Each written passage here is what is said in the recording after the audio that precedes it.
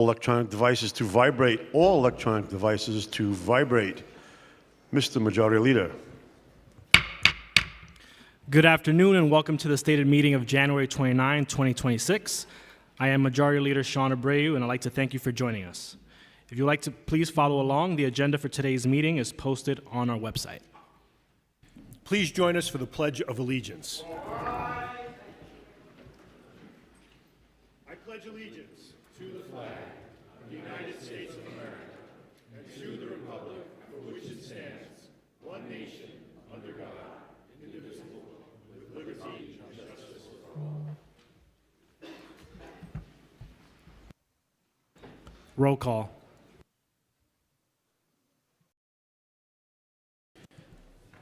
Aldebol. Here. Ariola. Sono qui. Aviles. Presente. Banks. Here. Botcher. Present. Brewer. Here. Brooks Powers. Present. Caban.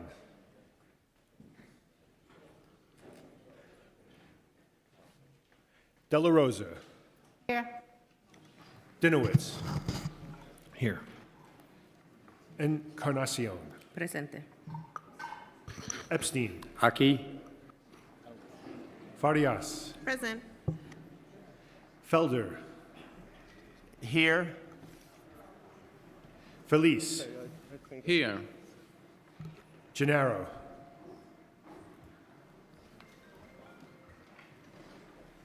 Gutierrez. Presente. Hey, I just got a text that I was called for attendance, but I don't hear anything. Councilmember Can't hear. I Caban. text Simone too, but I can't hear anything. Quiet in the chambers, please. Hanif. Here. Hankerson. Here. Hanks. Present. Hudson. Present. Joseph. Here. Krishnan. Here. Lee. Here. Lewis. Present. Maloney. Here. Marte. Here. Mealy. Present. Morano. Here. Narcisse. Present. Nurse. Osei. I'm here. Palladino. I'm here too. Wrestler. Here. Riley. Present. Salam. Present. Justin Sanchez. Seated. Pierina Sanchez. Here. Santos Suoso. Here. Schulman. Here. Stevens. Present. Thomas Henry. Present. Ung. Present. Vernikoff. Williams. Present. One. Present. Wang. Present. Zhuang. Here.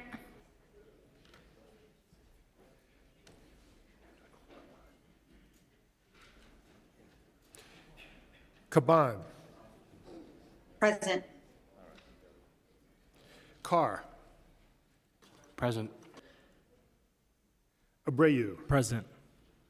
Speaker Menon. Present. Thank you. We will now have today's invocation, which will be delivered by the legendary Cardinal Timothy Dolan, Archbishop of New York of St. Patrick's Cathedral, which is located on Fifth Avenue in Manhattan.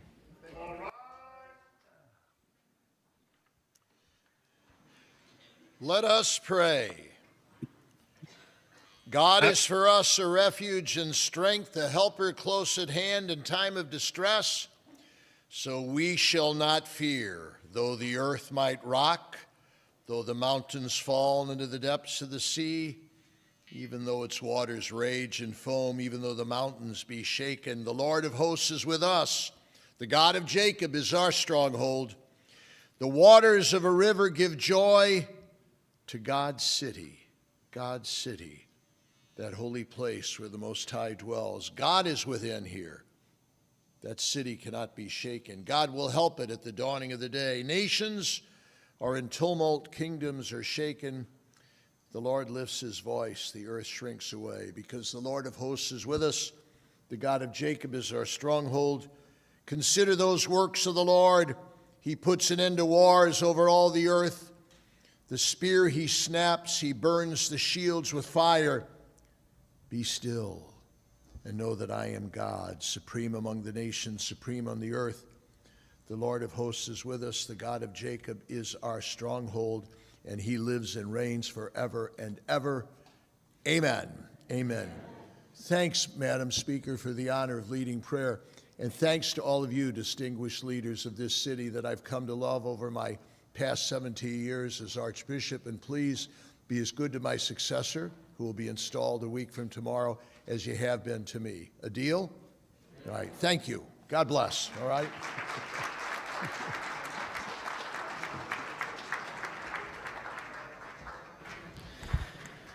Thank you. I will now ask Councilmember Joanne Ariola to spread the invocation on the record.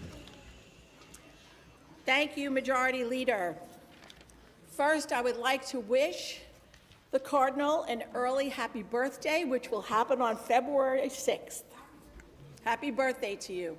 Many and more happy and healthy. Cardinal Timothy Dolan served as the Archbishop of New York from 2009 to 2025 and served as the Archbishop of Milwaukee for nearly 7 years before that.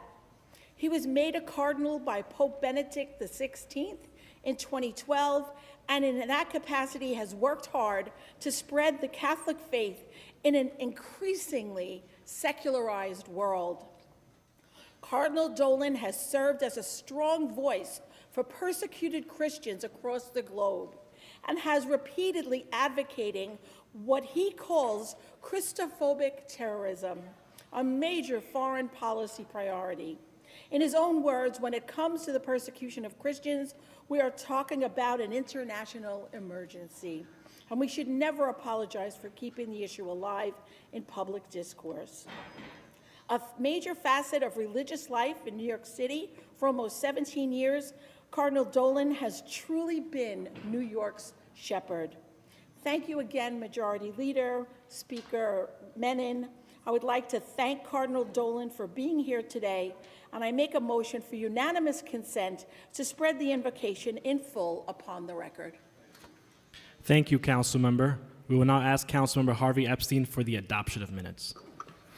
I make a motion that the minutes of the charter meeting of January 7, 2026 and the stated meeting of January 15, 2026 be adopted as printed.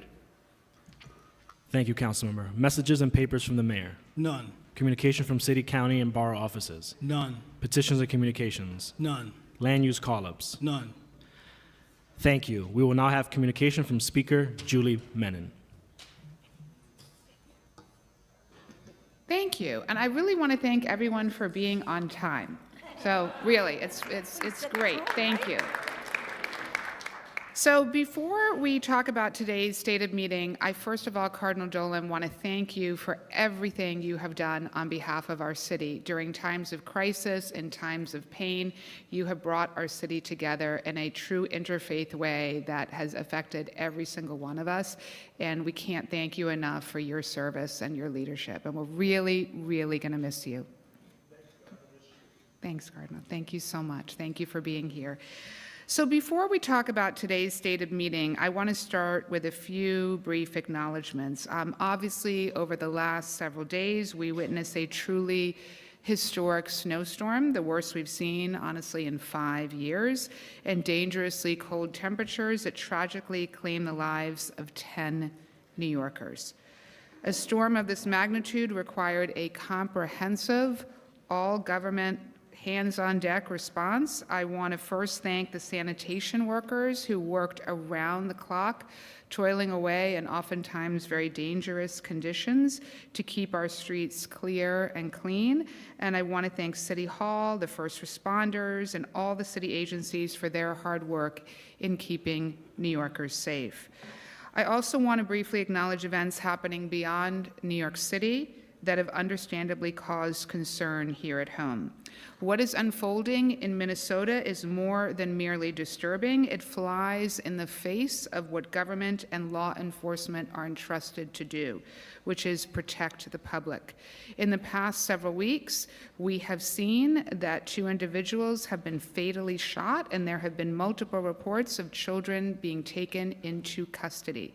These actions are endangering the public, and they are eroding trust in government institutions. This is untenable, it's unsafe, and it's an unacceptable situation, and the public deserves full transparency and accountability. And while I'm not able to discuss details to protect the privacy and integrity of the ongoing process, our council employee, Raphael, who remains in ICE custody despite having all of his legal work authorization papers, is totally and wholly unacceptable. We are working around the clock for his safe return, and I will have more to say on that in the coming weeks. With that, turning to this afternoon's stated meeting, I first of all want to begin by acknowledging the rabbi in Council Member Shulman's district who was verbally and physically assaulted on Tuesday in an abhorrent anti-Semitic attack. And just last night in Councilmember Hudson's district, I know we were on the phone last night about this, a vehicle struck the entrance to 770 Chabad World Headquarters in yet another deeply disturbing incident that is under investigation by the NYPD, and we've been in close contact last night and today with the NYPD. These have become almost daily occurrences now, and it is intolerable in every way. I was in Borough Park, Brooklyn, just a few days ago, where 73 swastikas were painted on slides, on children's play equipment. It is truly horrific, and we are taking action to put an end to that. January 27th was Holocaust Remembrance Day, when we honor the memory of millions of Jewish people and other victims who were murdered during the Holocaust. I really want to say, as the daughter and granddaughter of Holocaust survivors, I would not be here today without their courage and their strength, and it is critical that we ensure that this history is shared, and I want to thank so many colleagues who went this week to the Museum of Jewish Heritage to visit the permanent Holocaust exhibition. Thank you so much for attending. On a lighter note, I want to wish a very happy birthday to council members Shahana Hanif and Harvey Epstein, who share the same birthday, February 5th. Birthday twins.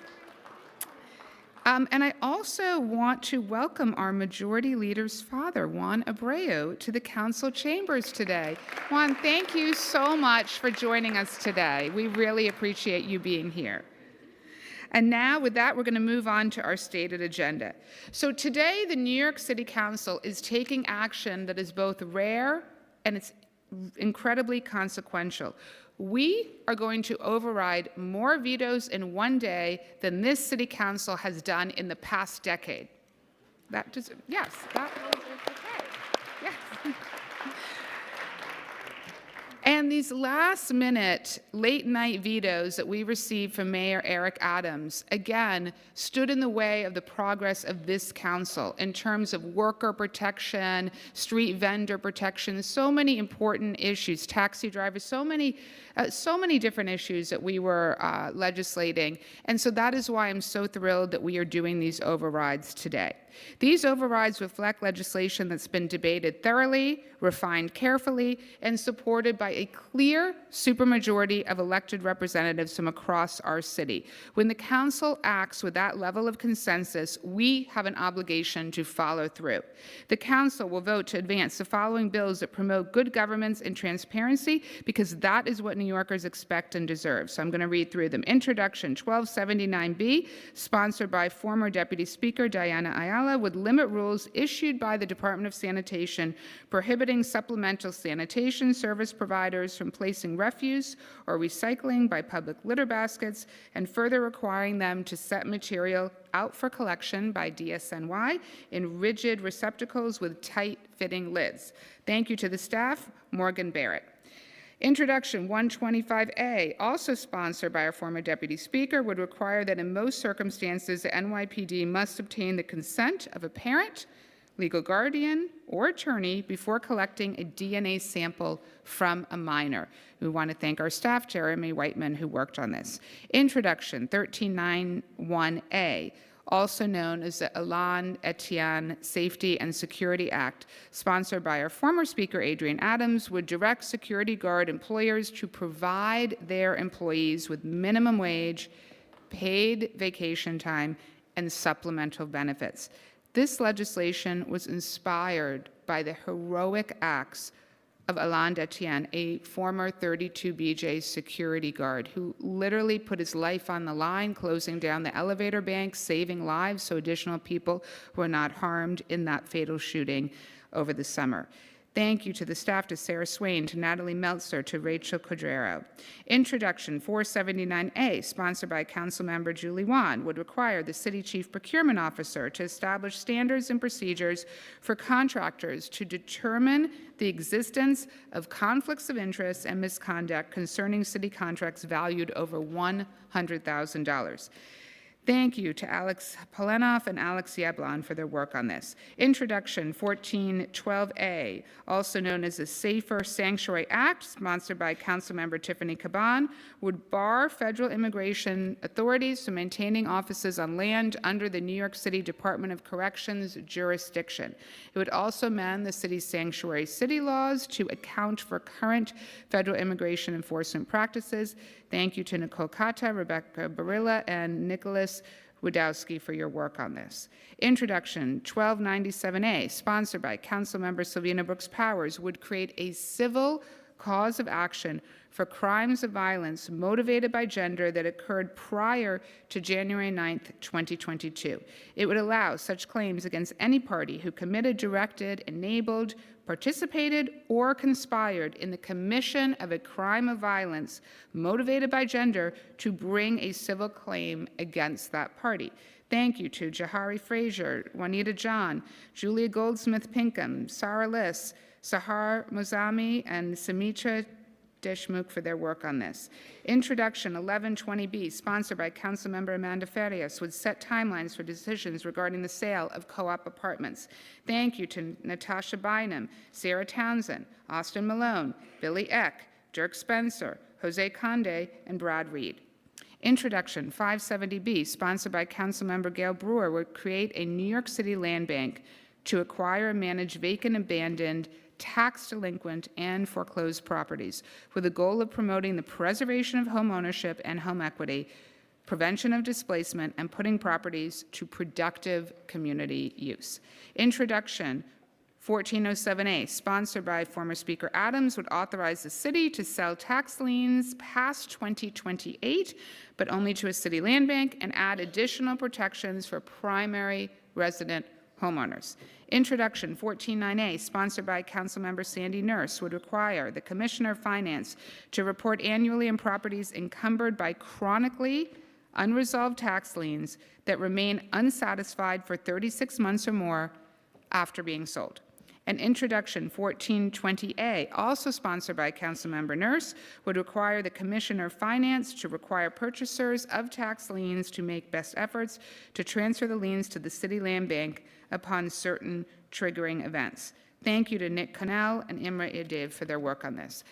Introduction 1443A, also sponsored by Councilmember Nurse, would require that starting July 1st, 2027, 50% of newly constructed rental units financed by the city be affordable for very low-income households and at least 30% for extremely low-income households. And Introduction 958A, sponsored by former Speaker Adams, would approximately double the production of affordable home ownership opportunities financed by the city by requiring that at least 4% of all newly constructed affordable units be for home ownership. Thank you to Ann McConney, William Vidal, Brian Paul, Deborah Kretzner, and Caitlin Greer. Introduction, 431B, sponsored by Councilmember Priena Sanchez, would expand business licensing for food and general vendors by making 2,200 additional supervisory license applications available to prospective mobile food vendors annually from 2026 until 2030, and 10,500 new general vending licenses in 2027. It would also expand street vendor training and increase inspections of street vendor setups to ensure compliance with new requirements. Introduction, 1251A, sponsored by Councilmember Amanda Farias, would authorize the Department of Health and Mental Hygiene and the Department of Consumer and Worker Protection to issue license applications to mobile food and general vendors until the licenses issued reached the capped amount. And Intro 408A, sponsored by our public advocate who's here, Jamani Williams, would create a division of street vendor assistance within the Department of Small Business Services to assist street vendors. Thank you to Sarah Swain and Natalie Meltzer. Finally, Introduction 276A, sponsored by Councilmember Shekhar Krishnan, would prohibit... Please, no clapping in the chambers, please. Use your hand gestures. Thank you. Would prohibit high-volume, for-hire vehicle services from deactivating drivers unless due to just cause, a bona fide economic reason, or if required by law. Thank you to Ricardo Lucia and Mark Chen. Okay, that was a mouthful, but those are the overrides. It's important that I also speak about another urgent issue before the council today, and that is anti-Semitism. As I mentioned last week, 73 swastikas were graffitied across a children's playground in Borough Park. It's disgusting, it's deplorable, but unfortunately and sadly, it is not new. Jewish New Yorkers make up roughly 10% of our city's population, yet last year they were the victims of more than half of all reported hate crimes. That's a reality we cannot normalize and we cannot ignore. We also are, and I'm very happy about this new committee to combat hate, chaired by Councilmember Yusuf Salam, that I know is going to do amazing work combating all forms of hate across the city. So thank you for chairing that very, very important committee. So today we are taking action on anti-Semitism. As part of the Council's 5-point action plan to combat anti-Semitism, we're introducing the following legislation to address this crisis head-on. Introduction 731, which is sponsored by me, will require police to submit a plan to establish security perimeters at places of worship. This bill will fully protect First Amendment rights to protest. And I really want to emphasize that. We are not doing anything in the bills to penalize protests. We want to make sure that people have the right to peacefully protest. What we're trying to do is protect houses of worship and schools. Introduction 751, sponsored by Councilmember Dinowitz, will require police to submit a plan to establish security parameters at educational facilities. Introduction 726, sponsored by Councilmember Narcisse, will build upon an existing security guard reimbursement program for non-public schools.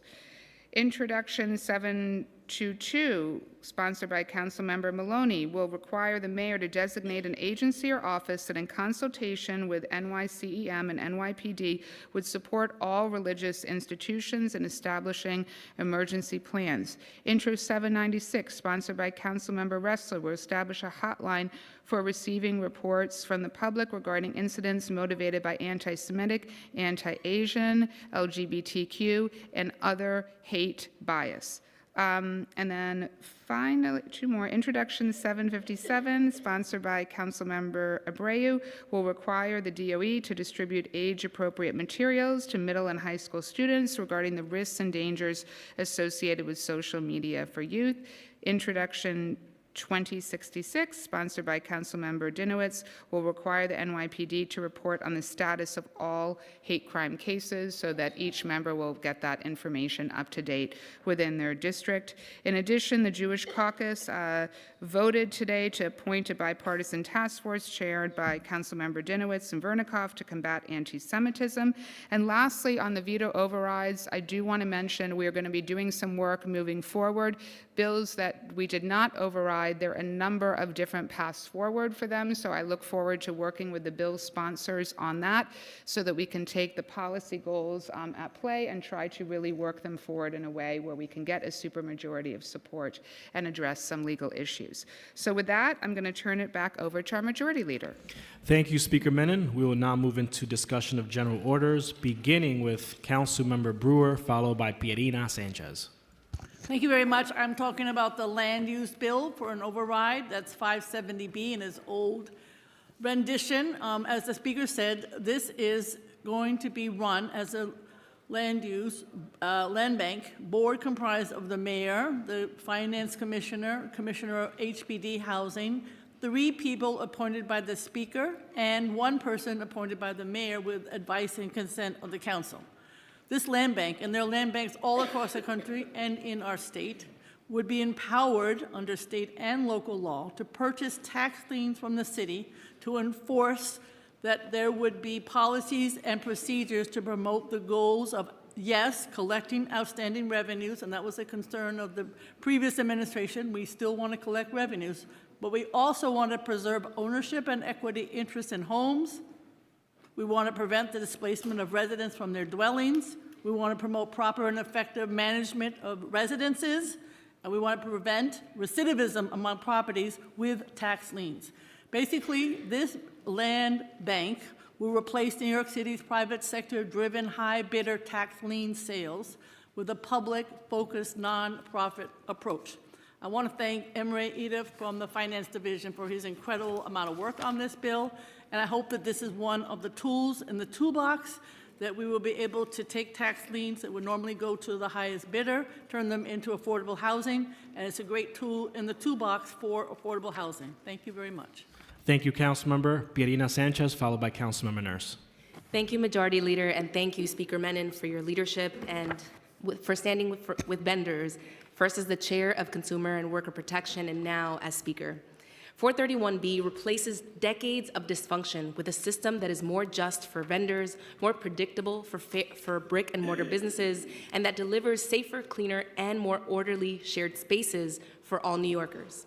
I want to be clear today, 70% of food vendors citywide and up to 90% in neighborhoods like mine are unlicensed, as are nearly 40% of general vendors. This bill is not about increasing the number of vendors on the street. It is about bringing existing vendors into regulation. Intro 431B expands access to licenses and strengthens enforcement, creates clear suspension and revocation standards that will mean something when you have a license, and establishes new responsibilities around cleanliness and illegal dumping. Thank you to the indefatigable staff members and members of the Street Vendor Project, the many brick and mortar businesses, the bodegas, supermarkets, supermercados, restaurants, who did not stop taking my calls, the agency staff who worked with us in good faith, the new mayor and his leadership who have said they're committed to good implementation of these reforms, and to all of our colleagues who will vote to override this bill today. As a daughter and granddaughter of street vendors, this historic moment is also deeply personal. We are ushering in a new era in how this city treats its smallest businesses and manages shared public space. And I know this council will fight tooth and nail to ensure every part of this law is fully and fairly implemented so that these reforms can deliver on their promise. Thank you. Councilmember Nurse, followed by Public Advocate Jamani Williams. Thank you, Majority Leader. It's often said that the council focuses too much on the 70% of New Yorkers who rent their homes and not enough on the 30% who own. While I'm proud to be pushing for stronger tenant protections and real affordable housing, I have also spent the last 4 years trying to change the tax lien sale, the primary way our city collects and enforces city tax debt since Giuliani created it in 1996. Working with the Coalition to Abolish the Tax Lien Sale, we spent countless hours helping to create off-ramps for relief and ultimately save homeowners from displacement. Last session, we passed Local Law 82, which reformed the cruel way our tax lien sale accelerated foreclosures, particularly in the Black community. Even with this historic change, people were falling through the cracks. Fillmore Brown lost his home to foreclosure for just $5,000 in water debt. A constituent of mine, Mr. Lopez, was paralyzed by fear and confused about how to get out of debt until outreach workers, including my staff, repeatedly called him and pushed for him to get help. In December, we passed 4 bills to finally put a nail in the coffin of Giuliani's privatized debt collection system. Intros 570, 1407, 1419, and 1420 will once and for all end the system that has enabled the sale of tax liens to investor-backed trusts and better protect the Black and brown homeowners who feel like the city is abandoning them. I ask for your support on these bills. And just lastly, just to take a point of privilege, I just want to thank everyone who supported our good faith effort to pass COPA these last few months. And particularly, I'm especially grateful to members of the Progressive Caucus. Thank you for going to bat.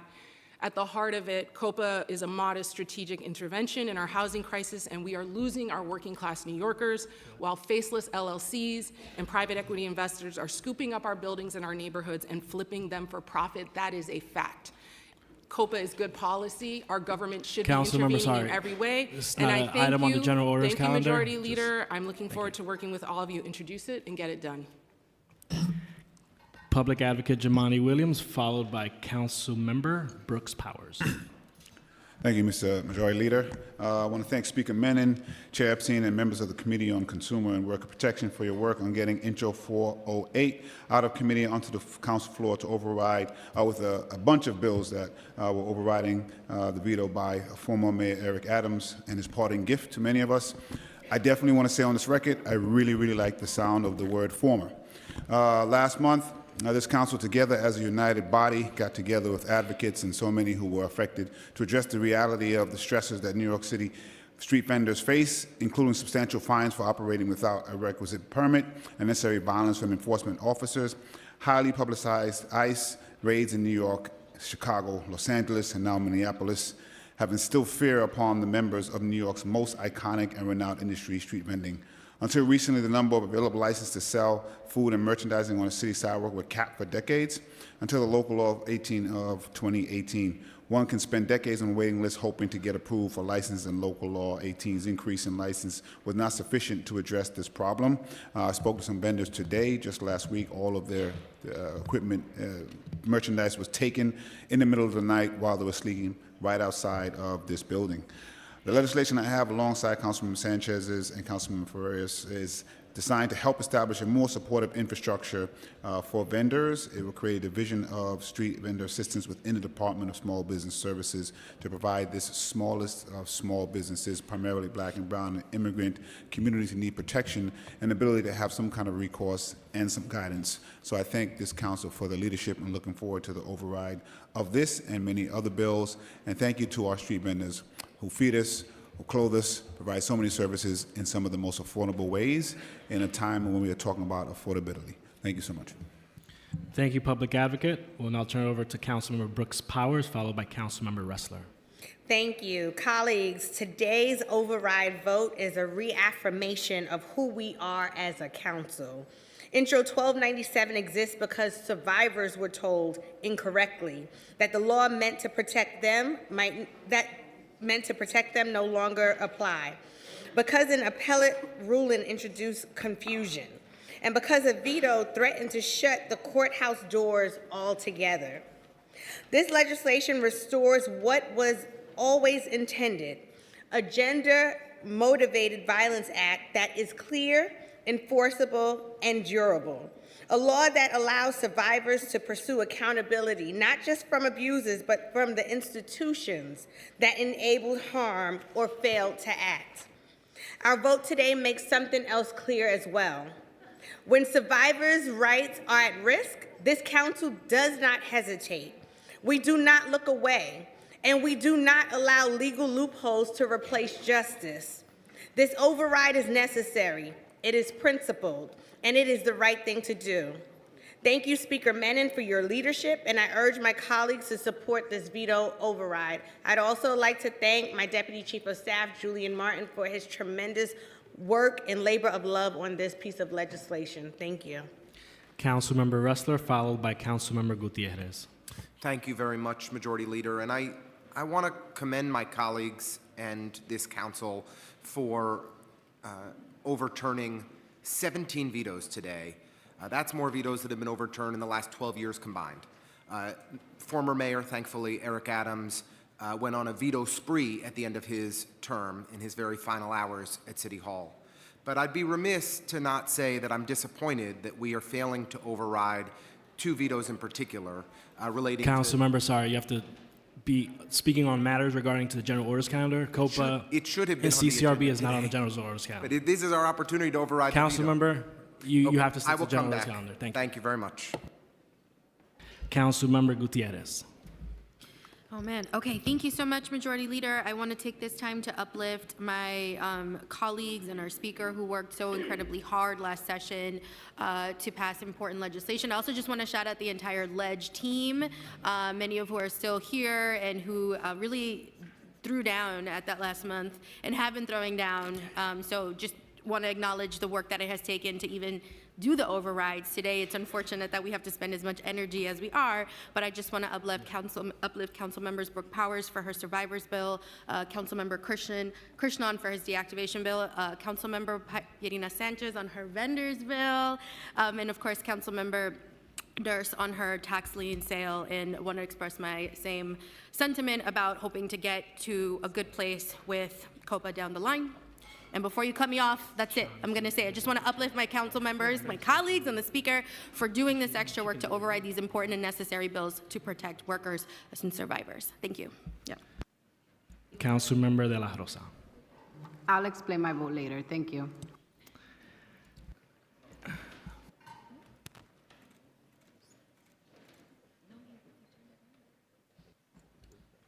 Seeing no one else signed up to speak, report of special committees. None. Report of standing committees. Report of the Committee on Consumer and Worker Protection, intros 408A, 431B, 1251A, 1391A, and their accompanying mayoral vetoes M5, M6, M12, and M15. The vetoes will be filed and the bills coupled on general orders. Report of the Committee on Contracts, intro 479A, and M7, its mayoral veto.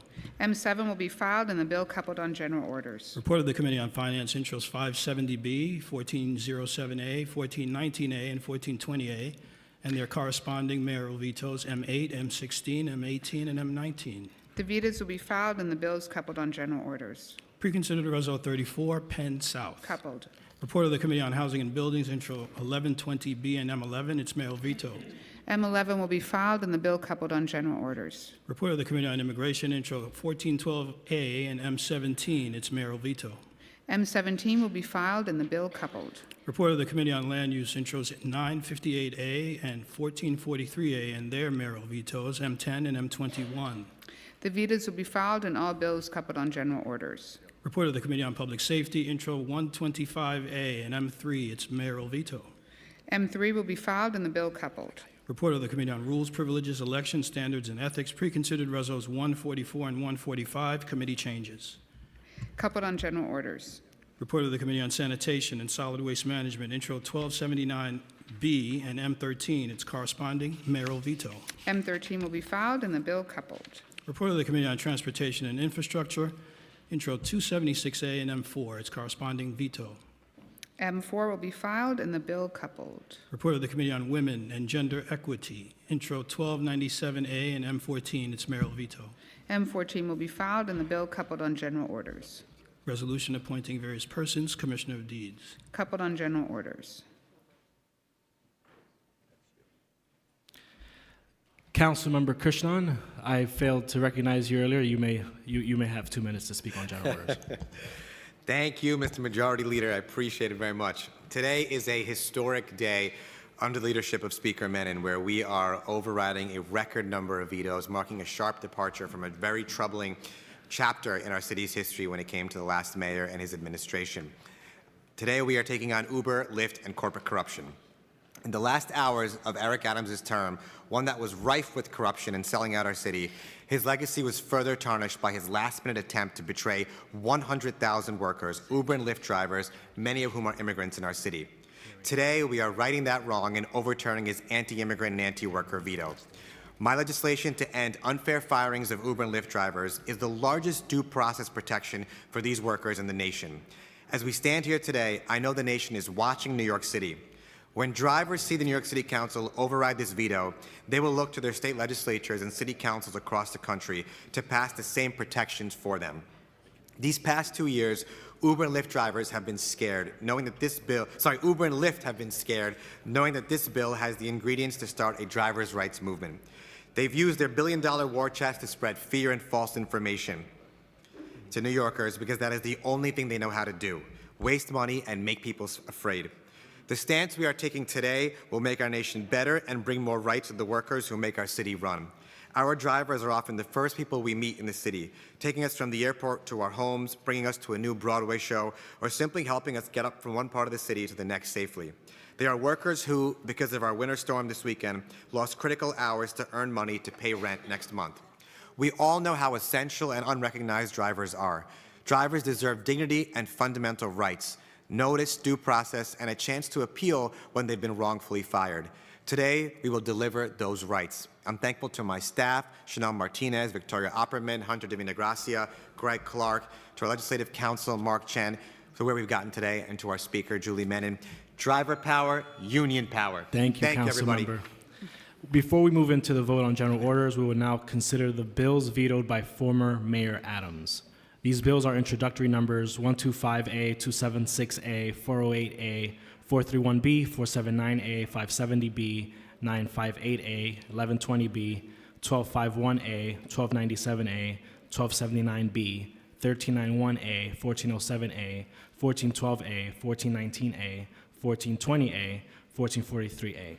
The question before the council now is, shall these bills pass, the objections of the mayor notwithstanding? Thank you. I'll now call on the clerk to conduct a roll call vote only on the bills that were vetoed by former Mayor Adams. Aldebol. Permission to explain my vote? Permission granted. Colleagues, today I proudly vote to override all these vetoes. 17 is amazing. But I especially want to speak on the Intro 1391A. I'm especially proud to override this veto. This is a bill about public safety, dignity, and basic fairness. Before I came to City Council, as many of you know, I was an organizer and leader within 32BJ. I walked picket lines with security officers. I know many of them and their families, and I certainly know the risks that they take every single day. These workers are on the front lines of almost every type of emergency, and often before other first responders arrive. Yet too many are paid poverty wages, lack health care, and are forced to cycle in and out of jobs in order to survive. New York City's private security industry has over a 70% turnover rate. That is not just bad for workers, it is dangerous for all of us. The Alain Etienne Safety and Security Act begins to address this, but there's way more work to be done. This sets citywide standards for wages, benefits, and paid time off for roughly 60,000 security officers, standards that already exist for officers working on city contracts. This bill doesn't reinvent the wheel. It simply says, if you protect New Yorkers, you deserve to live with dignity. This is a historic bill. It is necessary, and it will make us all safer. I proudly vote yes to override this veto and all the other vetoes. Thank you. Arriola. Permission to explain my vote? Permission granted. I would just like to take a moment to wish another birthday boy, Peter Spencer, a happy birthday. We don't know what we would do without you, Peter. He oftentimes goes unnoticed, but he is definitely appreciated. On that, I am voting no on 125A, 276A, 431, 570, 1251, 1391, 1407, 1412, 1420, 1443, and aye on all the rest. Aviles. Permission to explain my vote. Permission granted. So I am very proud to support my colleague Tiffany Caban in successfully overturning this veto around the Safer Sanctuary Act. The bill will strengthen our sanctuary city protection apparatus and make sure that no future mayor can bring ICE operations back onto Rikers Island to engage in well-documented illegal behavior. I also want to thank my colleague, Pierina Sanchez, for shepherding the street vendor reform package. It is the first time we are taking meaningful steps to try to address what is a very complex issue, but what is clearly important to New York City and to so many of our communities. I would also like to note on the issue of sanctuary city policies that what we are seeing across the country is escalating violence and attacks on the right to protest, and we are witnessing ICE murder U.S. citizens, hurt families, and other individuals, and it is purely unacceptable. I am deeply disappointed that we did not vote on CCRB reform nor COPA. Thank you. Banks. Aye on all and happy to override these bills. Butcher. Aye. Brewer. Aye and all. Brooks Powers. I vote aye. Caban. Permission to explain my vote? Permission granted. Thank you. As the lead sponsor on Intro 1412, the Safer Sanctuary Act, I am proud to vote to override former Mayor Eric Adams' veto and urge, I'm happy that my colleagues are joining and urge the rest to do so. We're at a crossroads in the history of our country. The brutal assault on Minnesota is just the beginning, and it is our duty to protect our communities. And the Safer Sanctuary Act was designed precisely to protect New York City from the Trump administration's authoritarianism. This legislation introduces critical expansions to our existing sanctuary city framework. It extends New York sanctuary city limitations on local cooperation with federal immigration enforcement to include all agencies and laws being used by the Trump administration to threaten our communities. And this means that regardless of which agency is enacting the horrific Trump-Vance agenda, be it the FBI, the IRS, the U.S. Marshals, or DHS, our communities are covered by our sanctuary policies. And second, it bars any future mayor from reestablishing an ICE office in our jails, as former Mayor Eric Adams tried to do last year. And these are critical measures to protect our communities from an increasingly violent and authoritarian federal government. So overriding this veto will demonstrate that the City Council stands with the people of New York City, the people of Minneapolis, the people of the world. And it will demonstrate that as a body, we're striving to meet the moment. So in the memories of Renee Good, Alex Priddy, Keith Porter, Silvero Villegas Gonzalez, Jaime Alanis Garcia, and every person who has lost their life in ICE custody, we override this veto. I vote to override this veto. And I want to also note my disappointment as well that we will not be overriding the vetoes on COPA and the critical bill to give the CCRB direct access to officer body camera footage. And I urge my colleagues not to give up on these housing and safety issues, and I vote aye on all. Thank you. De La Rosa. Permission to explain my vote? Permission granted. Thank you. I want to thank Speaker Menon for swift action in overturning the vetoes by former Mayor Adams. Today, with these overrides, we're uplifting vendors. I want to thank my colleagues for their leadership. We're uplifting vendors, we're uplifting drivers, working class people, security guards, immigrants as we strengthen our sanctuary cities. And I am proud to vote in favor of this override. I also must say that I am disappointed that we will not be overriding Mayor Adams' veto on COPA today. But this is not and should not be the end of this conversation.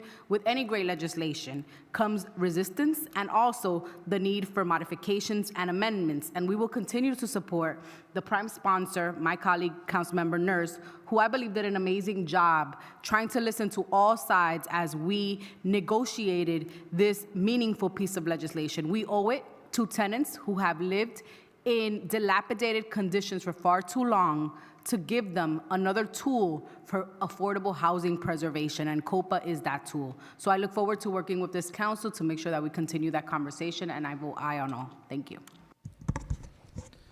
Dinowitz. Aye on all. Encarnacion. Aye on all. Epstein. I'd like to explain my vote. Permission granted. I want to thank the Speaker for today's historic moment of overriding 17 vetoes. Obviously, the mayor, on the eve of his leaving office, took a step to, I believe, harm vulnerable New Yorkers. Over 20,000 street vendors in the next few years will get small business because of our vote today. Nearly 100,000 app ride for hire vehicle drivers won't be arbitrarily deactivated. We're going to create opportunities to expand more affordable housing for over 1 million low-income New Yorkers. Further protect our city against ICE and terrorizing communities, not just in our city, but across our country. It's oversight of the NYPD, protecting victims of sexual assault and sexual violence, improving worker protections, and security guards who work across our city. I look forward to also working with the sponsors of the bills that we aren't moving forward today, to COPA, making sure that we have oversight of NYPD, and creating more larger affordable housing. This is stuff that we need to do in this city. New York is watching us today. People care what we decide. This is the moment to override these vetoes. This is what the city needs to do more forward. I want to thank the Speaker again for her leadership, and I vote in the affirmative. Farias.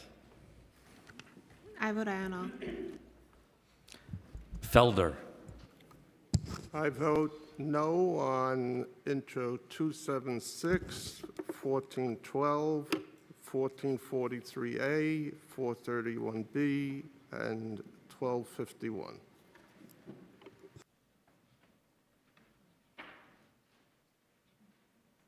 Thank you. Feliz. Permission to explain my vote. Permission granted. Proud to vote aye on all, including on the 17 bill overrides. I'm especially proud to vote to override vetoes related to street vendor reform. Great job, Councilmember Sanchez.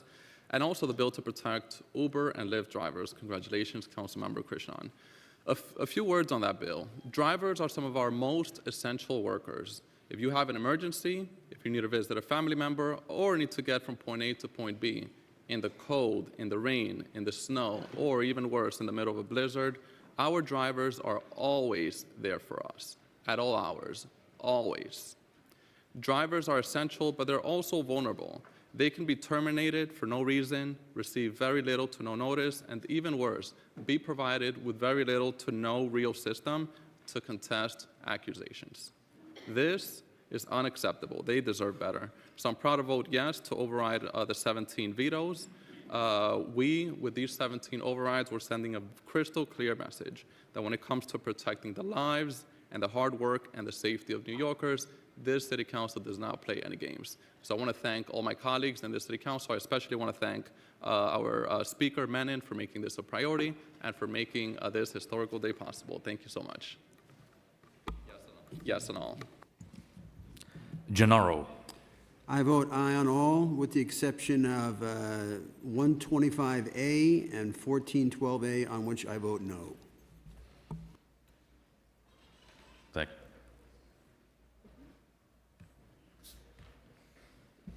Gutierrez.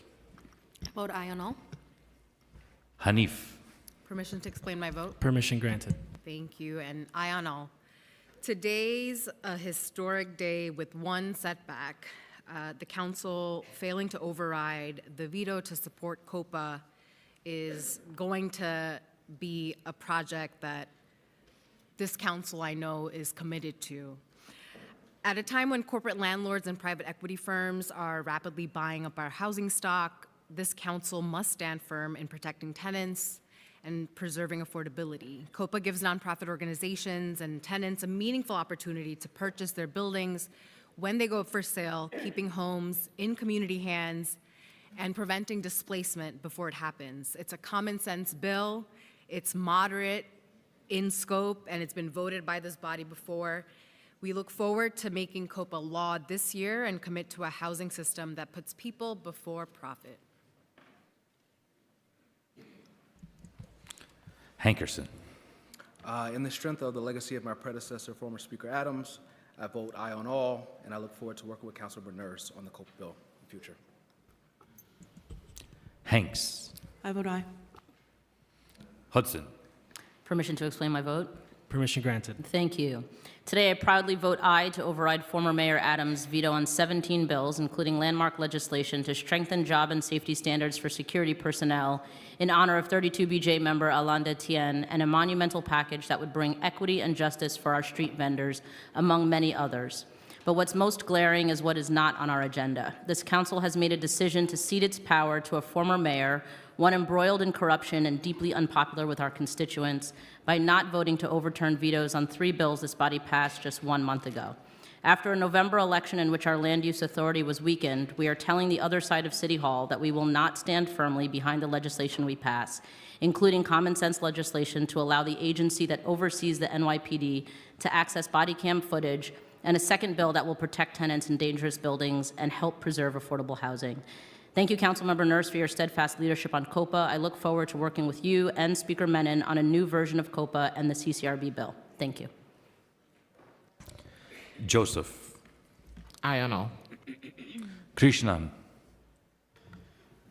Thank you to the New York Taxi Workers Alliance and all my colleagues, and I proudly vote aye.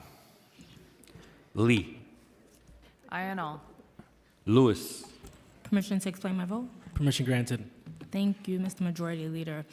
First, I proudly vote aye on the override. I want to thank Speaker Menon for her leadership. I wanted to quickly just highlight 2 bills that we are voting to pass today with the former mayor's vetoes notwithstanding. I am proud to stand with survivors, advocates, and my colleagues as we make the case once again for the passage of intros 1297 and 1120.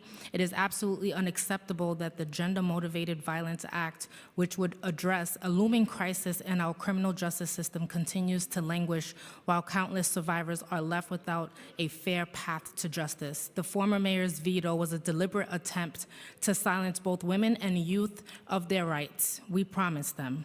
Passing this bill is about providing accountability and healing to survivors, and it is our responsibility to ensure that protections we enacted are preserved and strengthened. Additionally, Intro 1120 is an essential bill to address disparities in the way our cooperative apartments are bought and sold in this city.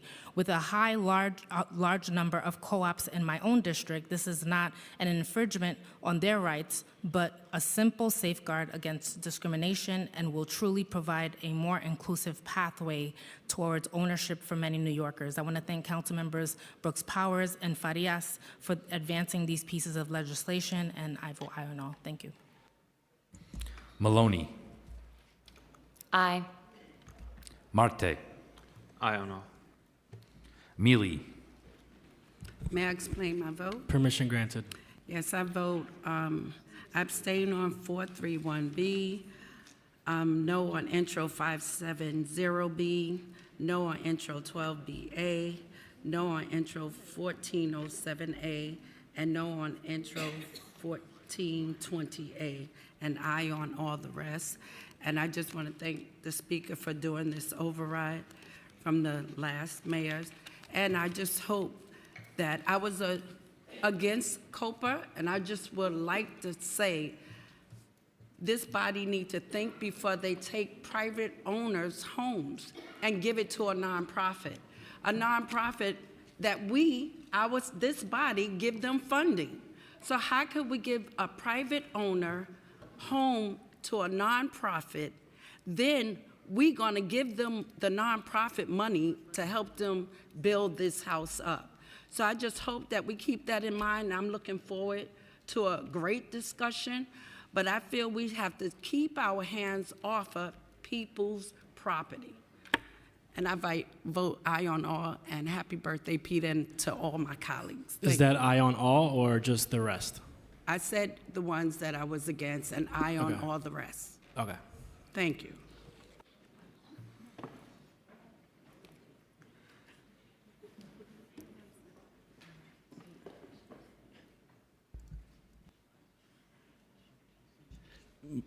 Councilmember, may you please restate your vote? Thank you. I abstain on 431B, no on intro 570B, no on intro 1251A, no on intro 1407A, no on intro 1420A. And I vote Thank you, aye Councilmember. on the rest. Thank you. Thank you.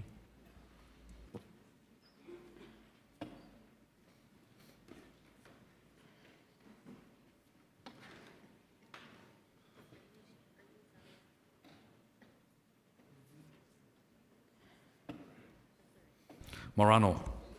Permission to explain my vote. Permission granted. Thank you, Majority Leader. I wanted to briefly explain my no vote on Intro 1391A. Let me start by saying something that should not be controversial in this chamber. Security guards perform difficult, often dangerous work, and they deserve respect. They keep buildings safe, protect workers and customers, and are often the first people to deal with emergencies. Nothing in my vote should be read as dismissing that. But good intentions don't always make good law. And this bill would have the city step into a private industry and mandate wages, benefit, and enforcement regimes modeled on city contracts, even when the city is not the customer. That's a major expansion of municipal authority into a sector that's already heavily regulated at the state level. And that's where my first concern lies. New York State already licenses security guards and governs standards in this industry. When City Hall begins layering its own compensation systems on top of that, we run straight into questions about overlap, conflict, and litigation. I don't think workers are helped when we pass laws that may spend years tied up in court. Second, I worry about cost and where that cost ultimately lands. Building owners, small businesses, bids, nonprofits have told us plainly what they expect: higher security contracts, fewer posts, and in some cases, the elimination of guards altogether. I represent a working and middle-class district, and when costs go up, they don't vanish into thin air. They show up in higher rents, higher maintenance charges, and higher prices for customers. And while I admire optimism, I've been around long enough to know that when government mandates a new benefit package, someone writes that check. Lastly, I'm uneasy with turning the Department of Consumer and Worker Protection into a wage-setting and enforcement agency for an entire private industry. So for those reasons, I'm voting no on Intro 1391. I'm also voting no on Intro 125, 276, 431, 570, 1251, 1297, 1407, 1412, 1420, and 1443, and I on all the rest. Thank you.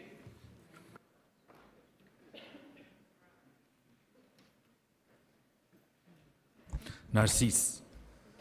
Permission to explain my vote? Permission granted. It's so funny. That's what democracy is about.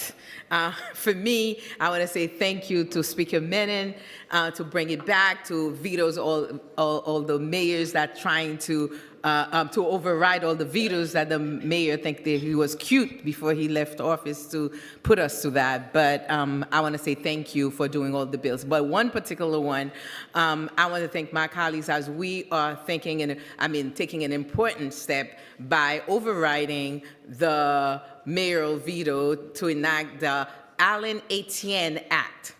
This bill honors my constituent whose life was tragically taken in a mass shooting, and strengthen.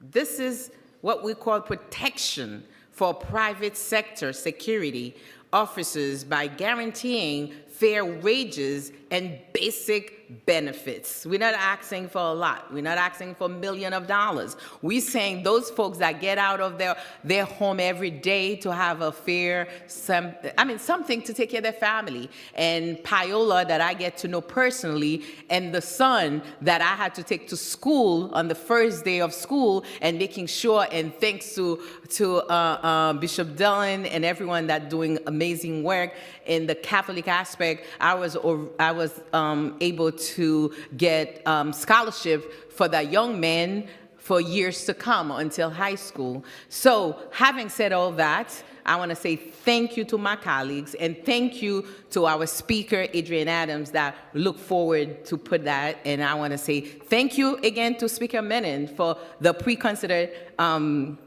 bills of, 5 for the cameras, to make sure our children, our folks that serving in our community, that they're praying safe, and they don't have to worry about anything. So for all those vetoes, I will say aye on them. Thank you so much.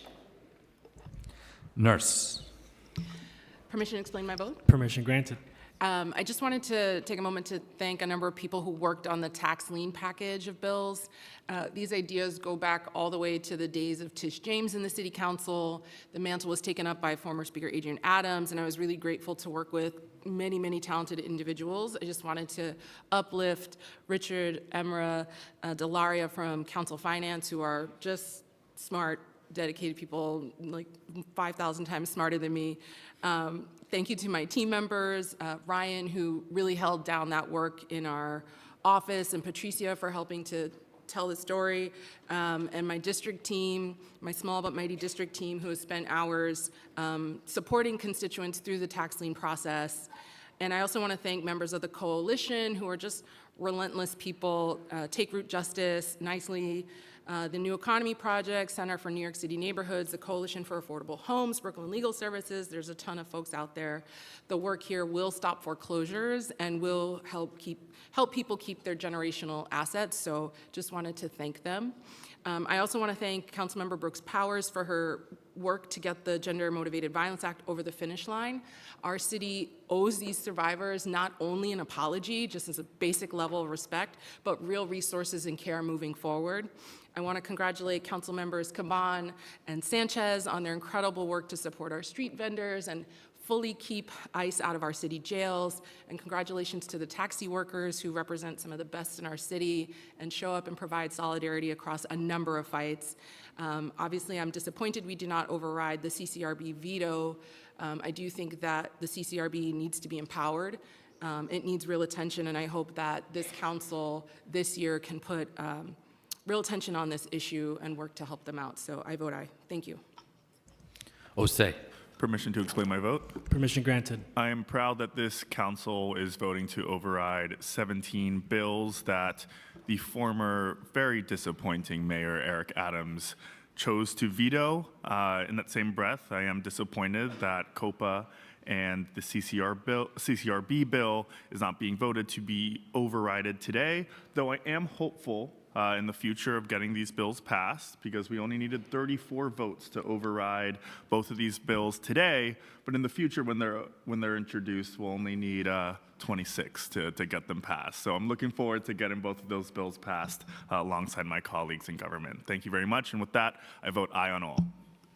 Thank you. Councilmember Marte.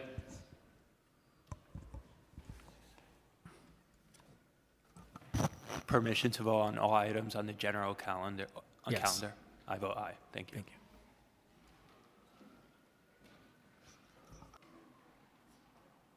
Thank you. Palladino. Permission to explain my vote? Permission granted. Thank you. I want to explain why I'm going to vote against 431. This is about our vendors. Now, I have nothing against vendors at all. I just don't agree with it giving blanket coverage all over our city, because it punishes so many law-abiding small brick-and-mortar businesses that pay rent, taxes, and comply with strict rules while rewarding street vendors' expansion that undercuts them. Promises of better enforcement ring hollow when enforcement is already inconsistent and overwhelmed. Expanding permits before fixing enforcement, sanitation, and sidewalk crowding is reckless. Until the city can control what exists today, adding 1,000 more vendors is irresponsible, in my opinion, and harms the quality of life across New York City. Our small businesses are struggling terribly to keep their heads above water, and in my district, to see a vendor right out in front of a restaurant selling the same food he is inside just doesn't float well with me. And here are my votes, my no votes. Intro 570, Intro 1407, Intro 1420, Intro 125A, Intro 1391, Intro 431, Intro 1251, and aye on all the rest. Thank you.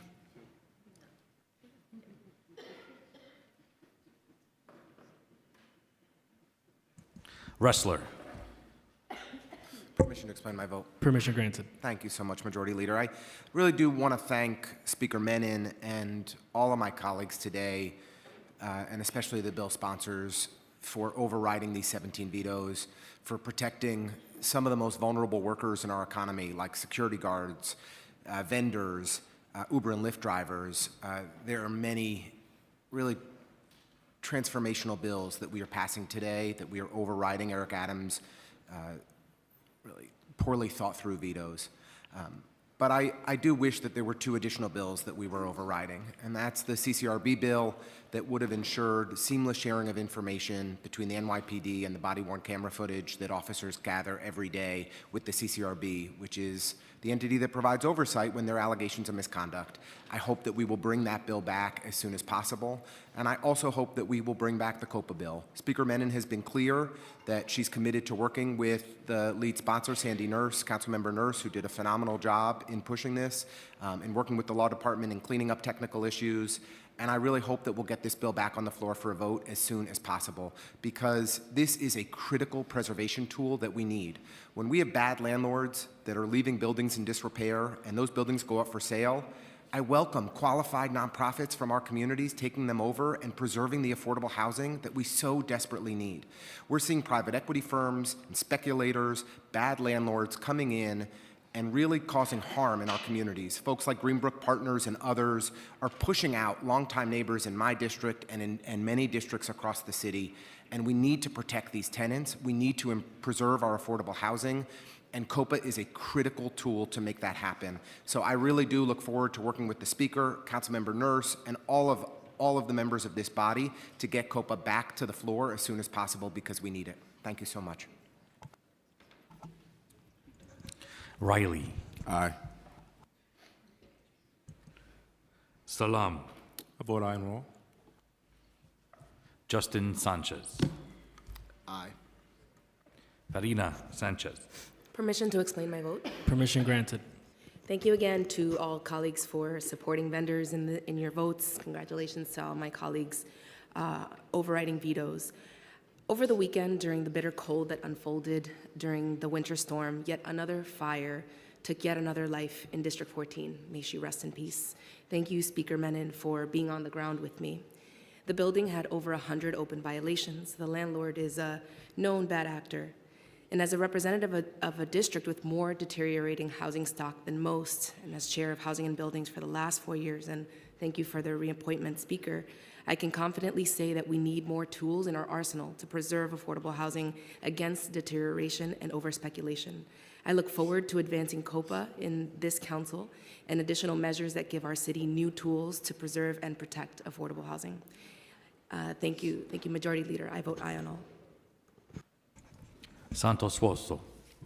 Permission to explain my vote. Permission granted. As a council staffer, one of the most painful things I had to do was inform people that they risked losing the homes they owed because they owed money to the city and were on the tax lien sale.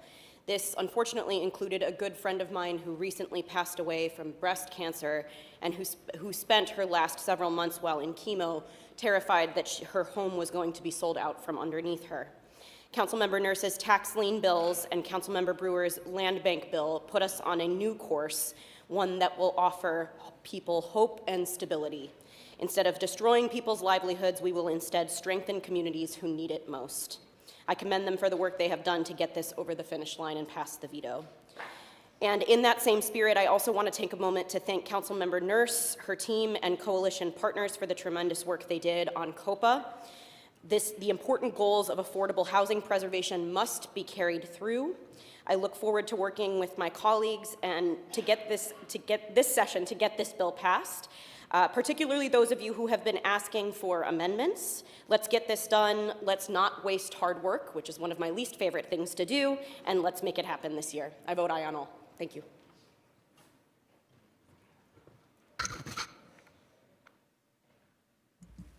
Schulman. Permission to explain my vote? Permission granted. Yeah, I just want to say thank you to Sandy Nurse. I was on the COPA bill for all the hard work she did and look forward to another iteration that is acceptable to everyone, and on that I vote aye on all. Stevens. I vote aye on all, but like everyone else in my other colleagues, very disappointed that we're not voting on CCRB and COPA. Hope council we can figure out how to strengthen CCRB and get a COPA bill passed. Thank you. Thank you, Councilmember. Thomas Henry. Aye. Ong. I don't know except for 431B, which I abstain.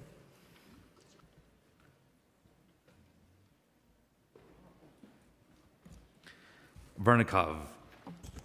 Thank you. I and all except no on intro 125A, 276A, 431, 570, 1251, 1391, 1407, 1412, 1420, and 1443.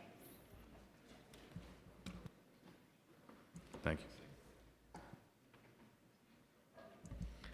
Williams. I vote aye on all.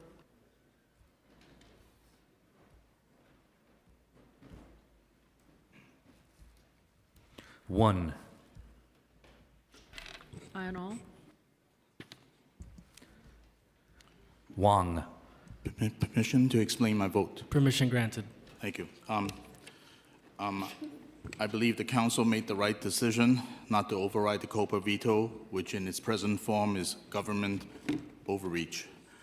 My vote is, I vote yes on all except for intro 1251, intro 570, intro 1407, intro 1420, intro 1412, intro 1443, intro 431, and the occupying resolutions. Thank you. Thank you. One moment.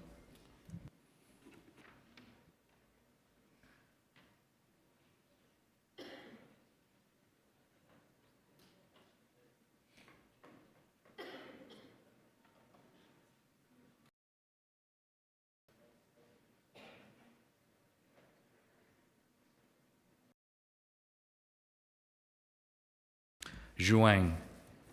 Can I explain my vote? Permission granted. Thank you. I want to thank all my colleagues working so hard to override those bills. And also, I believe every single council member, every single person in New York City understand we need more housing. But taking the private ownership out is not the right solution. We should build more, and also we do everything reasonable under the Constitution to help our neighbors.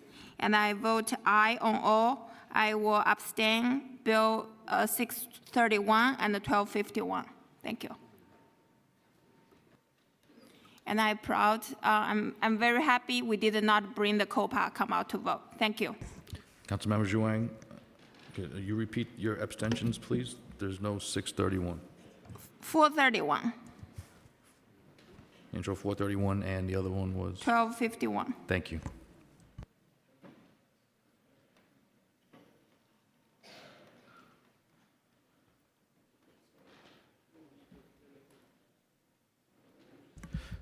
Carr. No on introductions 125A, 276A, 431B, 570B, 1251A, 1391A, 1407A, 1412A, 1420A, and 1443A, and aye on the rest. Thank you. One moment.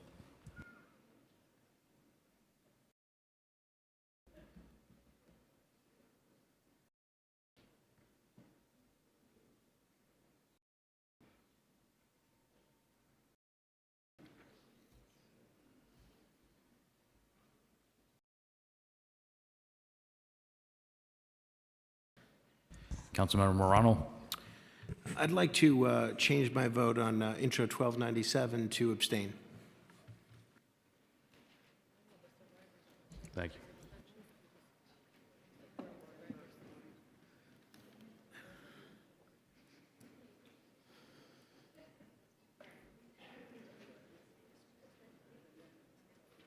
Thank you. Abreu. Aye. Speaker Menon. Aye on all. The count will take about a few minutes. Please be patient.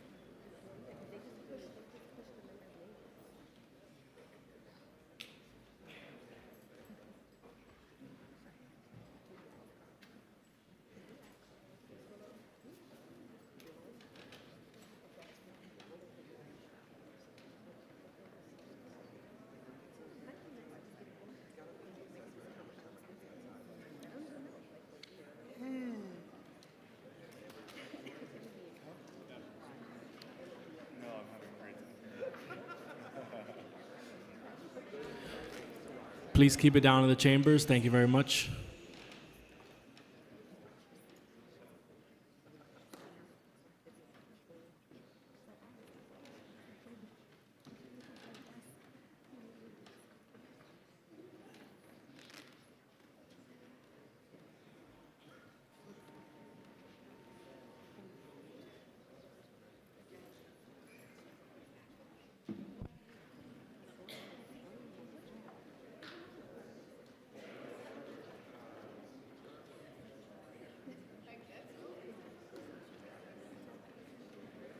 Councilmember Morano, vote change, please. Yes, I misspoke on intro 1297. I wanted to change my vote to a yes. Please keep it down in the chambers. Thank you.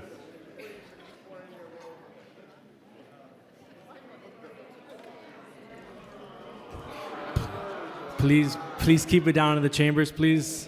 Quiet in the chambers, please. Thank you very much. Quiet in the chambers.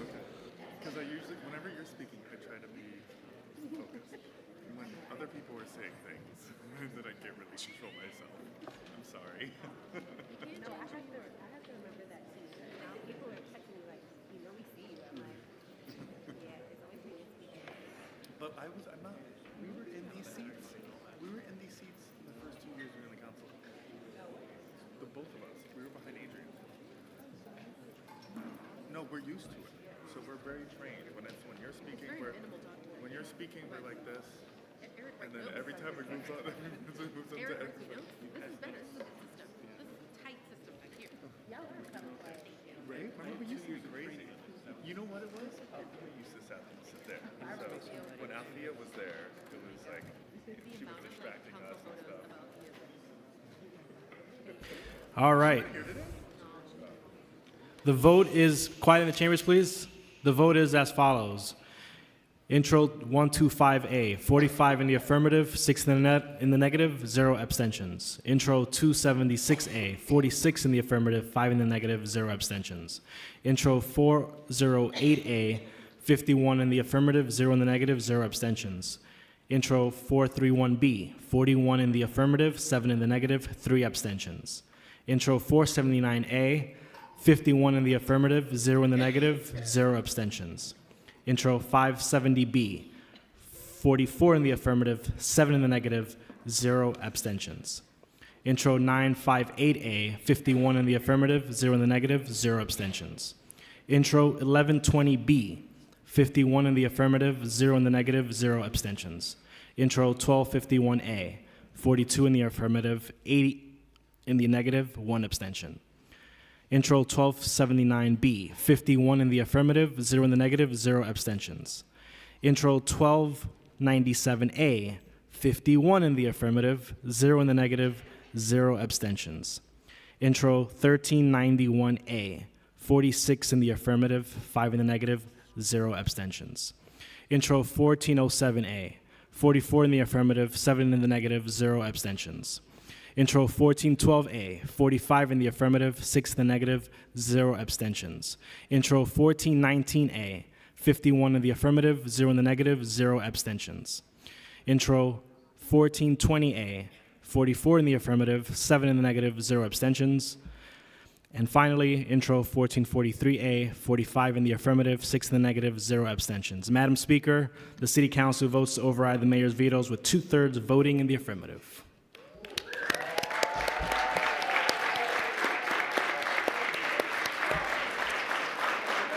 Congratulations, colleagues. Stay quiet in the chambers. Quiet in the chambers, or you'll be escorted. Please keep it down. Okay. Please. Congratulations, colleagues. This is a momentous moment for the City Council. We are now going to ask that the clerk take a roll call vote on the remaining items coupled on today's general orders calendar. Narcisse. I will vote aye on all the remaining items on the calendar. Thank you. Nurse. I vote aye. Adebol. I vote aye. Ariola. I vote aye. Aviles. Aye. Banks. Aye. Botcher. Aye. Brewer. Yes. Brooks Powers. I vote aye. Caban. Aye. Thank you. De La Rosa. Aye. Dinowitz. Aye. Encarnacion. Aye. Epstein. Yes. Farias. I vote aye. Felder. Aye. Feliz. C. Gennaro. Aye. Gutierrez.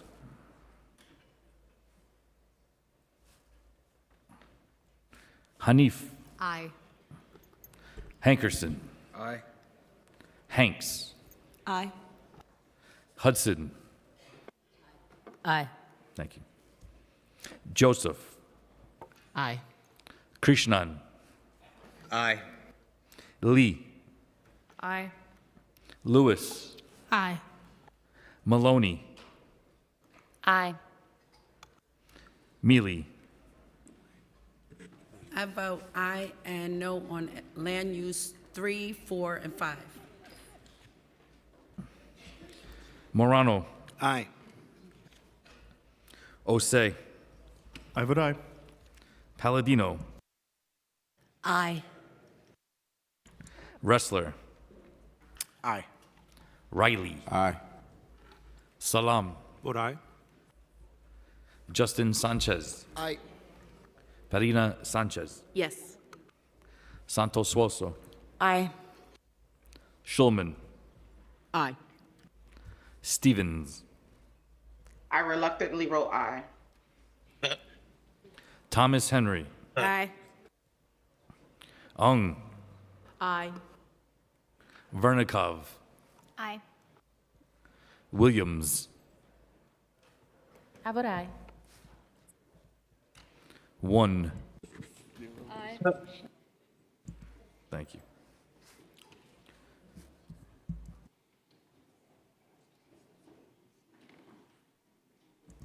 Wang. I vote aye. Zhuang. Aye. Gutierrez. Aye. Thank you.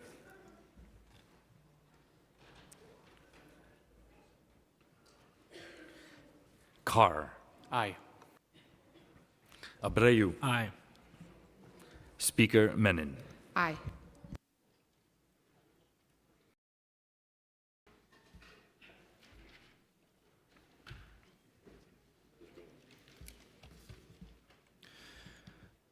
All items of today's general order calendar are adopted by a vote of 51 in the affirmative, 0 in the negative, and 0 abstentions. Introduction and reading of bills. All bills have been referred to committee as indicated on today's agenda. There are no items on our resolution calendar, so we will now move into general discussion, beginning with Minority Leader Carr, followed by Brewer. Thank you, Majority Leader. I want to begin by thanking and commending our Speaker for the early and aggressive action she has taken since getting elected earlier this month in the fight against anti-Semitism. I know this is a mission that is deeply personal to her, and over the last 22 days, she has certainly shown it from her 5-point agenda issued at the Museum of Jewish Heritage earlier this month, the legislative package being introduced today, and the Jewish Caucus's creation of the bipartisan task force against anti-Semitism. As the Speaker indicated in her remarks earlier, the data is deeply troubling, but these early efforts of her speakership give us all cause for hope, and that's desperately needed. And I'm particularly proud to see that this task force will be co-led by strong, powerful voices prompted by good hearts in the former Minority Whip Vernikov and our Jewish Caucus Chair, Councilmember Dinowitz. And I look forward to the good work that they will be doing in the future. And I thank the Speaker once again for all of her support in this effort. Obviously, January is coming to an end and February is about to start, and that means it's budget season. I'm sure our Finance Division staff is thrilled to beginning anew the work coming for fiscal year 2027, but we are already starting to hear dire, grim news about the budget deficits we're facing. $2 billion for the current fiscal year, over $10.5 for the one coming, $12 billion hole that we need to figure out. And just yesterday, Mayor Mamdani has said that the only way out of this crisis is to raise taxes, and that he's not too worried that this may lead to an exodus of businesses. But there already is an exodus of businesses from our city. As recently reported in the New York Times, sometimes we in the Republican aisle read that, roughly 8,400 businesses closed in the second quarter of 2025, according to recent city data. That wiped away all of the post-pandemic gains we have seen, and then some. On top of that, the private market added just 18,500 jobs through November, down a startling 80% from the nearly 90,000 of the year before. We already have the highest combined tax burden of any city and a myriad of onerous and costly regulations that are keeping businesses afloat. Traditionally, the minority leader gets 5 minutes, majority leader. Can we please give him an extra 3 minutes, please? Thank you. Tax burden of any city and a myriad of onerous and costly regulations. Excuse me, my apology. It's not during general discussion, it's only during general orders. Okay, I'll wrap it up if I can. Thank you. So another wrap it tax up, increase is not the way out of this budget crisis.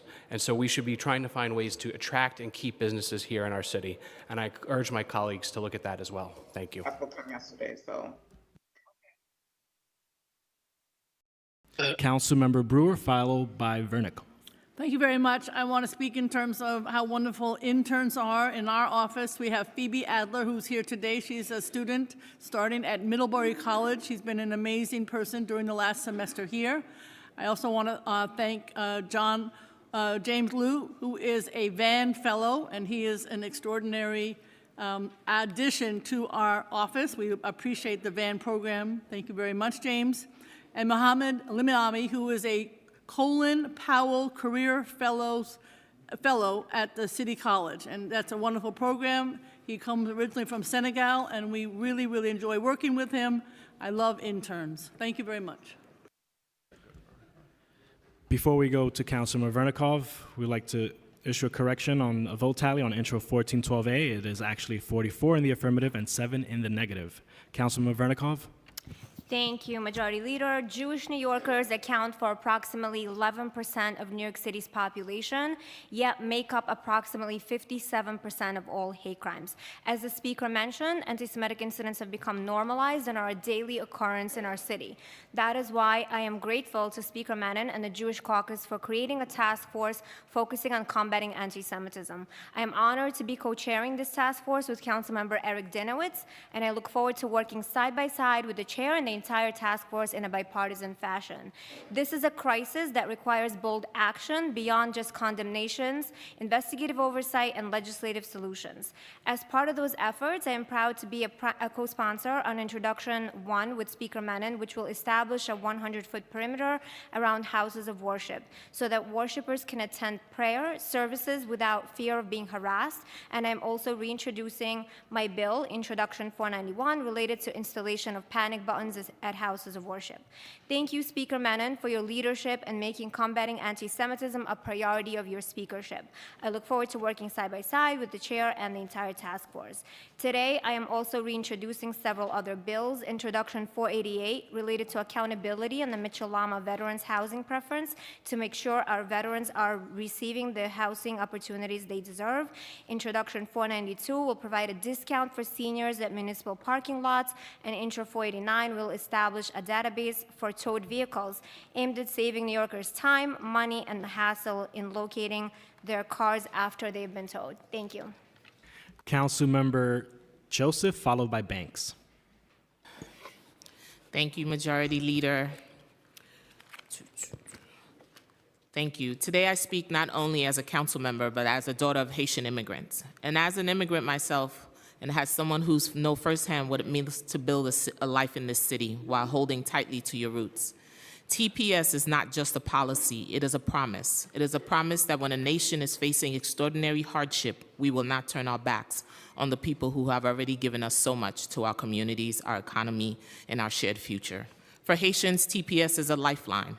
Haiti continues to endure political instability, devastating natural disasters, and a humanitarian crisis that makes returning unsafe and unjust. Yet here in New York City, Haitian TPS holders are essential workers, educators, healthcare professionals, small business owners, caregivers, and parents. They are the backbone of our neighborhoods across Brooklyn and beyond. They pay taxes, raise families, worship, organize, and contribute every single day to the vitality of this city. Ending TPS would not only destabilize families, it would destabilize communities. It would force parents to live in fear, children to question their future, and workers to lose the very protection that allows them to contribute fully and openly to our society. That is not who we are as a city, and it should never be who we are as a nation. Preserving TPS is about dignity, it's about fairness, it is about recognizing the humanity of people who've already endured unimaginable hardship, yet still choose hope, resilience, and service.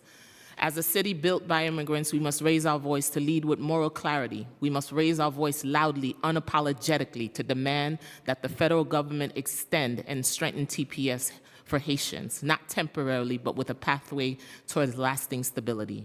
Our vision must be bigger than survival. It must be about opportunity. It must be about ensuring that Haitian families can plan for the future, invest in their communities, and know that they belong here without question or fear.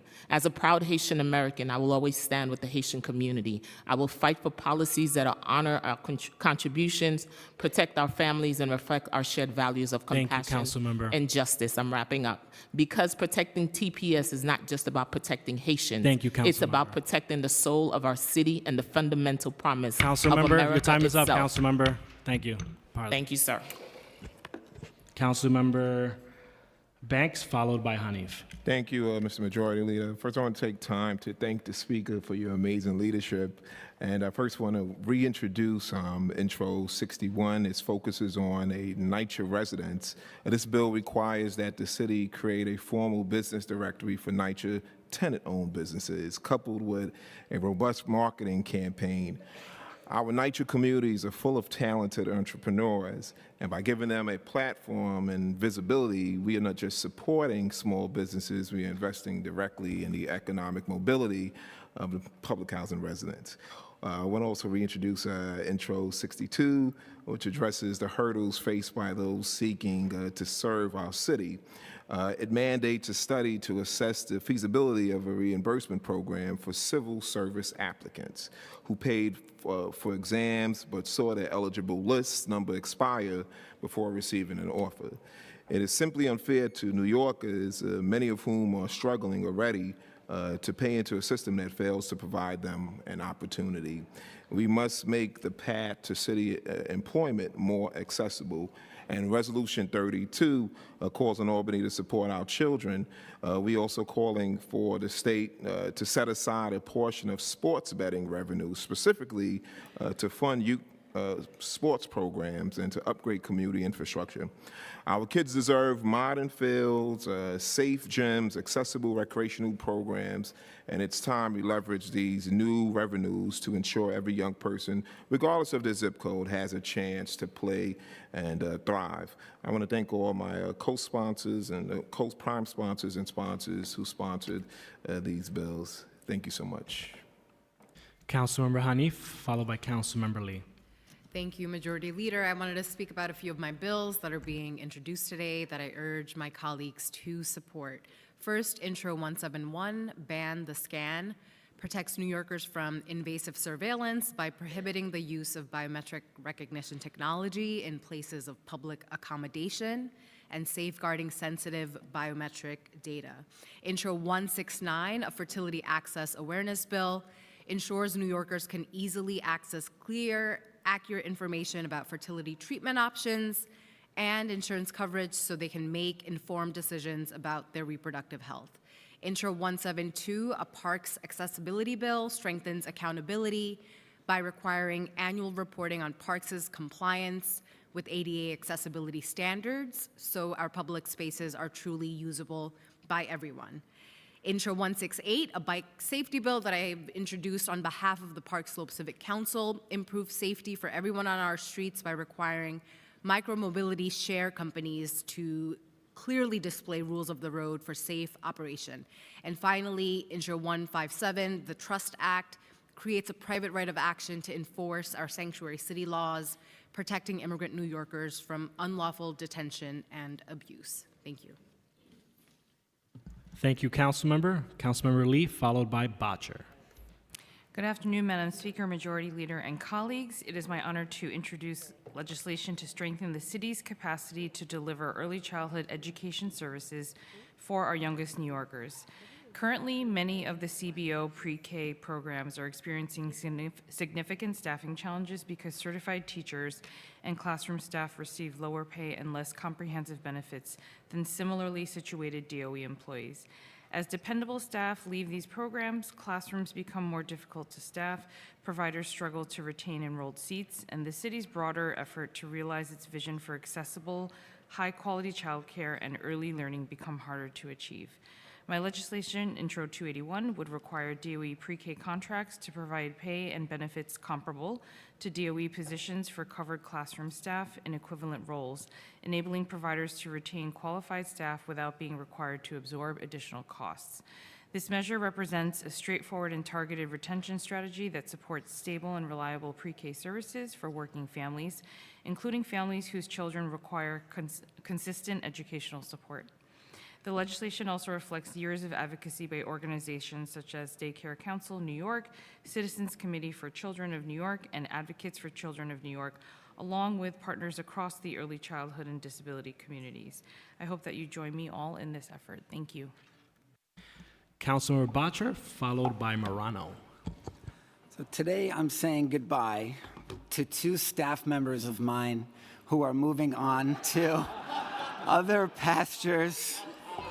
My legislative and budget director, Maricela Cano, is moving on to be Ty Hankerson's chief of staff.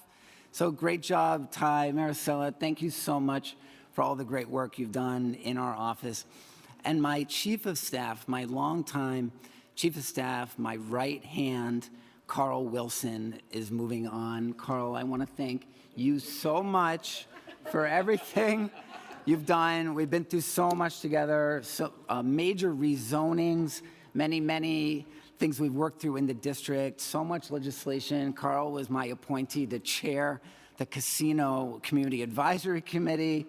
And the thing about chiefs of staff is you really have to actually like your chiefs of staff because you talk to them all day long. And Carl's sense of humor has really kept me afloat during many of the issues that we've worked on. So Carl, thank you so much for your service to our district, to the people of New York, and you've got a bright future ahead, and we've been so lucky to have you, and good luck on your future endeavors. Councilmember Morano, followed by Pierina Sanchez. Thank you, Majority Leader. Today, like a lot of you, I reintroduced a number of bills that I'm very proud of, and I hope my colleagues will take a close look at all of them in the days ahead. But I want to briefly focus on one in particular because of its urgency and because of the thoughtful discussion it just received this week in the Health Committee under the leadership of Chair Schulman, and that's Intro 323. This legislation would provide paid leave for city employees who step forward to donate bone marrow or a living organ, and it would establish an official city honor roll to recognize those extraordinary acts of service. These are not abstract policy questions. These are New Yorkers who volunteer to undergo painful medical procedures so that someone else can live. Sometimes it's a family member, sometimes it's a complete stranger. Either way, this is civic heroism in its purest form. No city employee should have to weigh saving a life against losing a paycheck. Now, the administration has suggested that the council may lack authority because paid leave is traditionally a subject of collective bargaining. I respectfully and totally disagree. This bill doesn't alter wages, titles, or work rules across the workforce. It sets a narrowly tailored humanitarian minimum for a rare and extraordinary circumstance, one that aligns with public health goals, saves lives, and ultimately reduces long-term medical costs borne by the public. We already legislate baseline employment standards when there is a compelling public interest. We do it for family leave, we do it for workplace safety, we do it for health protections. Ensuring that a city worker is not financially penalized for donating an organ fits squarely within that tradition. Collective bargaining can and should build on that floor, but the existence of labor contracts shouldn't prevent this body from saying clearly and unanimously that life-saving generosity deserves protection and recognition. So I hope you'll look at 323. Thank you. Councilmember Ressler, followed by Mealy. Thank you so much, Majority Leader. and I am very pleased to reintroduce today legislation to create the Department of Community Safety. We ask the NYPD to deal with every single issue under the sun, many of which they don't have the training for and distracts from their core work. We've seen NYPD response times go up by nearly 40% during the Eric Adams tenure to the most serious and violent crimes. We need the NYPD to be focused, laser focused on preventing and solving violent crime, and we need to deploy social workers, mental health professionals, and other experts to reduce and prevent violent incidents and address quality of life issues across our community. I am very pleased that 23 of my colleagues have co-prime sponsored this legislation, and I'm hopeful that many others will sponsor the legislation with me as well today. This legislation was, of course, a major priority for the mayor on his campaign, but I actually campaigned on a similar idea 4 years ago, and it's long overdue that we invest in high-quality, real-time response that can provide tangible solutions, connections to quality services, treatment, housing for the New Yorkers who desperately need it, and I'm hopeful we'll be able to get this bill moving as quickly as possible. Thank you. I don't see Councilmember Mealy, so I'll move on to Councilmember Dinowitz, followed by Justin Sanchez. Thank you, Mr. Majority Leader. Because I want to thank the Speaker and my colleagues, I think, who recognize anti-Semitism for the scourge that it is on our society. And we often look at the data. Anti-Semitic hate crimes make up more than every other group combined. But for so many of us in the Jewish community, that the feelings of anti-Semitism go beyond what the data show us. Like the students I've spoken to who want to take their yarmulkes off before going into class or not go to school at all, the young girls who don't want to wear their Star of David, and my family's not immune from it. My wife and I were attending an event at our shul just a couple weeks ago, and she had pause about going to it for fear of being intimidated, harassed, or God forbid, something happening like that happened in Councilmember Hudson's district at 770 in Chabad. And so I'm grateful today that along with Councilmember Vernikoff, we were elected by the Jewish Caucus as co-chairs of the task force to combat anti-Semitism. Going beyond just words of condemnation or words of discouragement for anti-Semitic words or behavior, but importantly, not just about things we're going to do, but things we are doing now, and that's the package of legislation that Speaker Menon has already spoken about, making sure there are safe perimeters around our schools and around our houses of worship, so our kids are safe.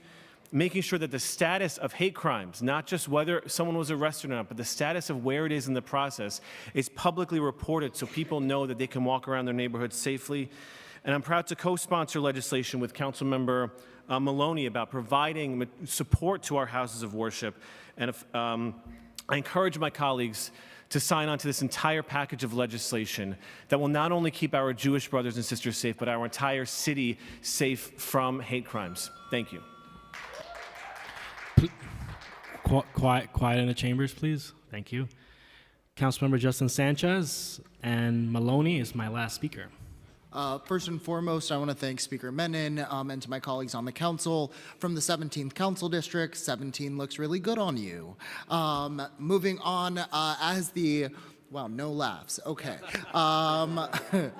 We're tired. Well, as the chair of the Sanitation and Solid Waste Management Committee, I just want to take a moment to acknowledge the hard work by all of our crews throughout the city that have been working around the clock to keep New York running through over a foot of snowfall since this past week. You know, while our kids were outside playing and we're playing in Central Park and families are at home and folks like my comms director were very excited about the Patriots advancing to another Super Bowl. I was not as happy. Our snowplow drivers and our salt spreaders were hard at work, clearing our streets, salting our roads. Post-snowfall, they've continued to work in collaboration with our other agencies, with our bids, clearing our sidewalks, our bike lanes, other pedestrian right-of-ways. Now, I know, looking at the snow on the ground, and no thanks to Mother Nature, there is still a lot more work to do, but I really want to just commend them for the work that they have done so far, taking a moment to acknowledge all of them and the work that they continue to do. And just a reminder to all of my colleagues, we will be having oversight hearings on the snow coming up in February. I know there's been a lot of discussion. I look forward to partnering with all of you and your committees to make sure that we are showing New Yorkers that we know how to clean the streets. Thank you, everyone. Councilmember Maloney. Thank you very much, and thank you, Speaker Menon, for your focus on addressing anti-Semitism with these package of bills. I am co-sponsoring with Councilmember Dinowitz Intro 297, my first bill, in the immediate aftermath of a deeply disturbing incident here in New York City where a vehicle was deliberately rammed into the Chabad World Headquarters in Brooklyn. While no one was injured, the intent is unmistakable and the threat is real. This bill is not about one incident or one community. It reflects a troubling reality of our time, that religious institutions here in New York City and around the world are increasingly exposed to danger in an era of anger, misinformation, and division. Too often, synagogues, churches, mosques, and temples have become symbols of conflict rather than sanctuaries for peace. Houses of worship are places where people go to gather in trust, to reflect, to pray, to seek meaning, and to be together. And they should not be left to navigate emergency preparedness in isolation or without support. This legislation ensures that religious institutions can access support to develop emergency plans so that when the unthinkable happens, there is clarity, coordination, and protection of life. Preparedness is not an act of fear. It reflects our responsibility to one another. Thank you very much. Thank you. Seeing no one else signed up for general discussion, I'll now call on Speaker Julie Menon to close today's stated meeting. Thank you. The stated meeting of January 29th, 2026 is hereby adjourned. Thank you.